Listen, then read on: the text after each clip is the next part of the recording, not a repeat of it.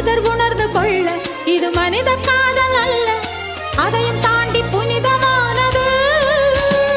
அபிராமியே தாலாட்டும் சாமியே நான் தானே தெரியுமா?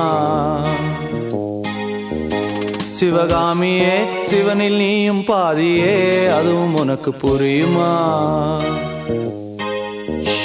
சுபலாலி லாலியே லாலி லாலியே அபிராமி லாலியே லாலி லாலியே அபிராமி.